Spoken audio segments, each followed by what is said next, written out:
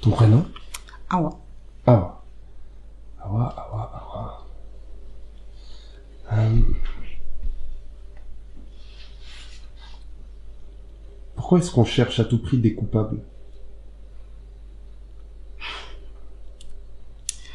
Pourquoi? Peut-être pour se rassurer.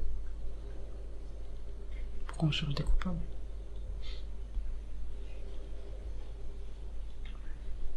Ben pour qu'il y ait forcément... Parce qu'on se dit que derrière chaque situation, il y a forcément quelqu'un qui est à la base de ça. Et donc, on ne va pas rester dans l'incompréhension. Mais je pense que c'est une manière de... Parce que souvent, quand on accuse une personne, derrière ce cri-là, en fait, c'est un besoin qu'on essaie d'exprimer. Mais la maladresse fait qu'aujourd'hui, on a du mal à s'exprimer. Et par moments, on ne sait pas qu'on ne sait pas. Écouter. Donc du coup, je pense qu'aujourd'hui, beaucoup sont dans ce cas de figure-là. Donc coûte que coûte, je veux un coupable, mais je n'écoute pas la personne qui est en face de moi. Et quand la personne dit « mais tu m'écoutes pas », elle est aussi dans un jugement, dans une sorte de jugement. Mais pour dire que j'ai besoin d'écoute en fait. J'ai besoin d'être comprise. Mais la personne en face dit « oui, je t'écoute ». Au final, elle ne l'écoute pas. Parce qu'elle n'a pas écouté son besoin. Mais s'il n'y a pas de demande claire, précise et réalisable dans le temps, la personne en face aussi est dans la compréhension. Donc, voilà.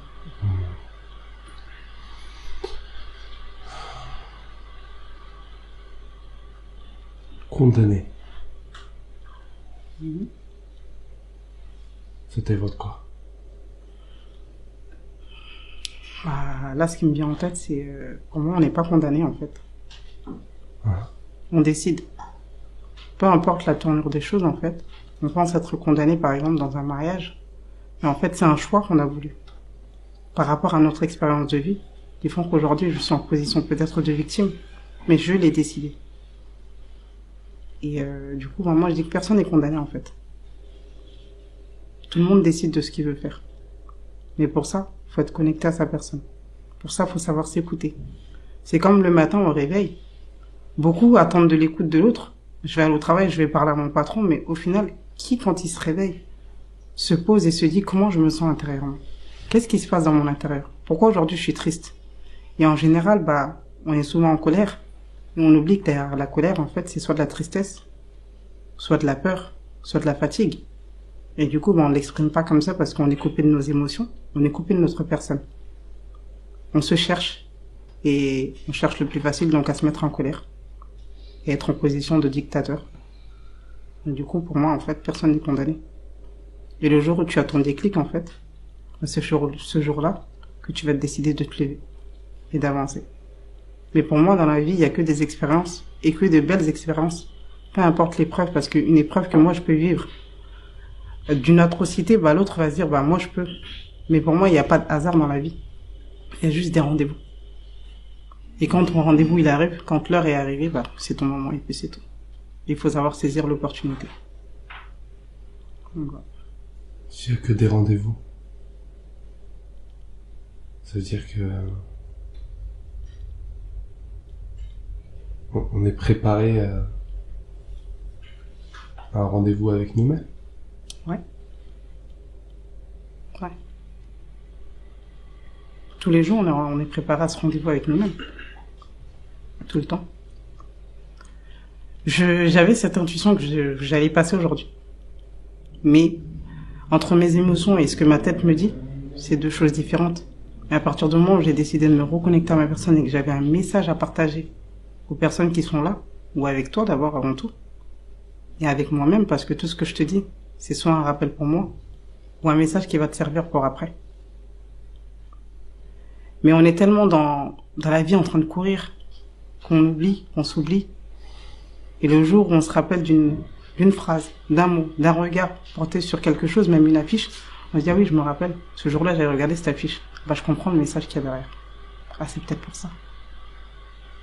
Et la vie, en fait, c'est que des expériences. Quoi qu'il arrive, l'être humain, en fait, il va être amené à être éprouvé. Et en fait, c'est que comme ça qu'il apprend. On tombe. Ok, je suis tombé, je me suis relevé. Je boite. Je me relève. Ok, j'ai un pansement. Mais tant qu'on n'aura pas soigné la plaie, on va toujours boiter. Et la vie, c'est une expérience, en fait. J'ai de l'épreuve. La Watt petite, elle a vécu beaucoup de choses. Mais aujourd'hui, elle est là. Je me suis adapté. J'ai accepté surtout. À partir du moment où l'être humain, il accepte que son passé construit la personne qu'elle est aujourd'hui, accepte que toutes les personnes qu'elle aura rencontrées dans son passage qui sont pas anodins, quand bien même il y a des gens malsains, et ben en fait, elle peut qu'avancer et être épanouie dans sa vie. Et trouver cet équilibre qu'elle recherche. Qu'est-ce que tu n'arrives toujours pas aujourd'hui à accepter?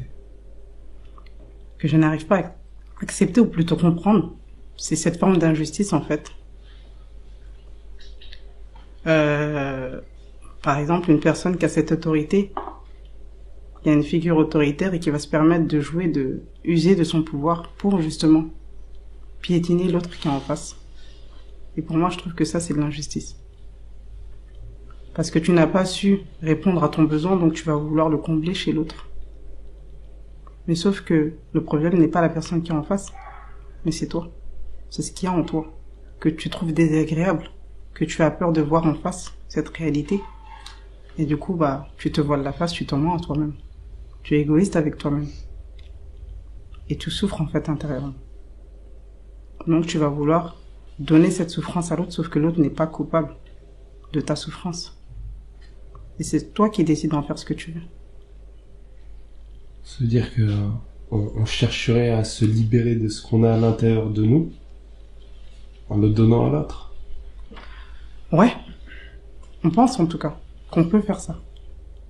Mais c'est pas possible parce que une personne qui est en face de moi, qui souffre, je peux compatir à sa douleur, mais je peux pas prendre sa douleur. Donc, ok, je souffre. Mais qu'est-ce que je fais de cette souffrance? Cette boule d'énergie que j'ai en moi. Je décide de la transformer, de la recycler et d'en faire quelque chose.